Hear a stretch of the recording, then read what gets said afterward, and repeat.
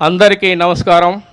ఇక్కడున్న ప్రతి ఒక్కళ్ళకి, చంద్రబాబు నాయుడు గారికి, ధూళిపాళ్ల నరేంద్ర గారికి, మరి వేదిక మీద ఉన్న ప్రతి ఒక్కళ్ళకి ఉదయపూర్వక నమస్కారాలు తెలియజేసుకుంటున్నాను. మేము ముందు ఈరయ్య చౌదరి గారి అభిమానులం, ఈరయ్య చౌదరి గారి ఇంట్లో ఒక నెంబర్ లాగా పనిచేసిన వాళ్ళం, వారి అభిమానులం. కాకపోతే కొన్నాళ్ళ క్రితం మేము వైసీపీకి వెళ్ళటం జరిగింది. మేము రాత్రింపగళ్ళు పనిచేసాం. మీరు కాదు, దయచేసి వైసీపీ వాళ్ళందరికీ కూడా నేను మనవి చేస్తున్నాను, ఈ వీడియో చూసి మీరు ఒక్కసారి ఆలోచించి ఓటు ఎవరికి వేయాలో వేయండి. నేనేమి ఎవరి మీద చెప్పడానికి రాలేదు. రాత్రింపగళ్ళు కష్టపడి పనిచేస్తే నేను, నా బిడ్డ రబ్బాని, మా అల్లుళ్ళు, మా ఫ్యామిలీ మొత్తం పనిచేసాం. ఇదిగో అతను ఎవరో తెలియదంటారని ఈ ఫోటో కూడా తీసుకొచ్చాను. నా కొడుకు రబ్బాని 24 ఏళ్ళు, నా బిడ్డ ఫిల్మ్ యాక్టర్ లాగుంటాడు, ఎవరైనా చూడండి. మేము రాత్రి పగళ్ళు పనిచేసాం కాబట్టి చెబుతున్నా. ఆ పార్టీలో క్రమశిక్షణ లేదు, మంచి లేదు, చెడు లేదు. నా బిడ్డ చనిపోయినాక కావాలని చంపేశారన్నారు. నేను డీజీపీ గారికి లెటర్ పెట్టాను, సీఎం గారికి లెటర్ పెట్టాను, ఎస్పీ గారికి లెటర్ పెట్టాను, ఎస్పీ గారి దగ్గరికి 2-3 సార్లు తిరిగాను. ఆ పేపర్స్ అన్నీ కూడా తీసుకొచ్చాను. కావాలంటే కాదు అంటారేమోనని ఆ ఫైల్ ఉంది నా దగ్గర. 4 సంవత్సరాల నుంచి తిరుగుతున్నా.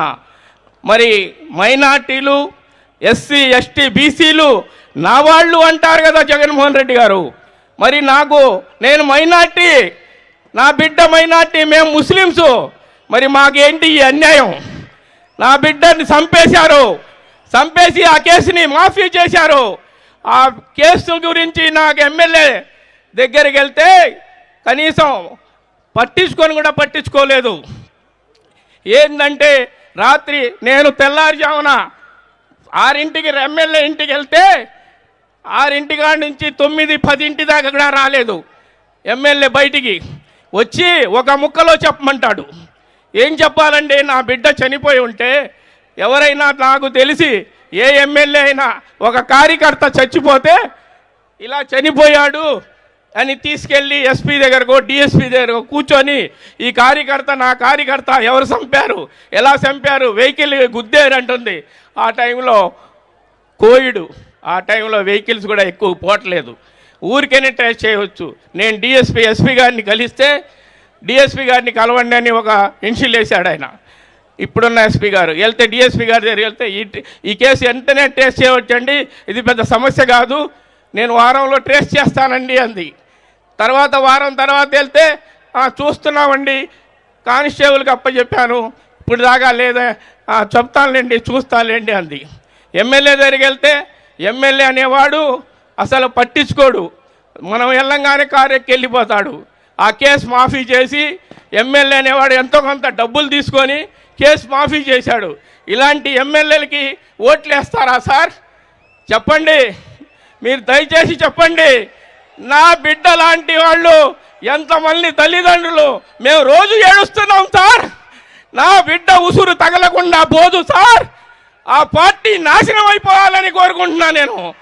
ఎందుకంటే నేను ప్రతిరోజు ఏడుస్తున్నాం, మా కుటుంబం అంతా. ఏమిటి అని పట్టించుకునేవాడు లేడు ఆ పార్టీలో.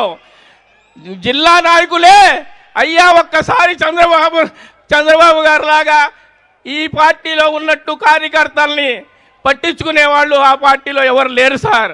దయచేసి నేను కోరేది ఏంటంటే, మీరు ఓటేసేటప్పుడు రేపు ఆలోచన చేయండి, ఏ పార్టీలో ఓటేస్తే వాళ్ళు రక్షణగా ఉంటారో. ఈరోజు నాకు తెలిసి తెలుగుదేశం పార్టీ కార్యకర్తల్ని తెలుగుదేశం పార్టీ ఎంతో ప్రేమగా చూసుకుంటుంది, వాళ్ళ మీద ఈగ వాళ్ళ కూడా చూసుకుంటుంది. అలాంటి పార్టీని వదులుకోవద్దని దయచేసి మీరందరికీ చెబుతూ, వైసీపీ నాయకులందరికీ కూడా 2 చేతులు ఎత్తి నమస్కరిస్తున్నాను. మీరు నాకు జరిగిన అన్యాయానికి వైసీపీ నాయకులు కూడా ఒక్కసారి ఆలోచన చేసి ఇలాంటి ఎమ్మెల్యేలని ఓట్లు లేకుండా ఓడిస్తారని ఆశిస్తూ నమస్కారం తెలియజేస్తాను.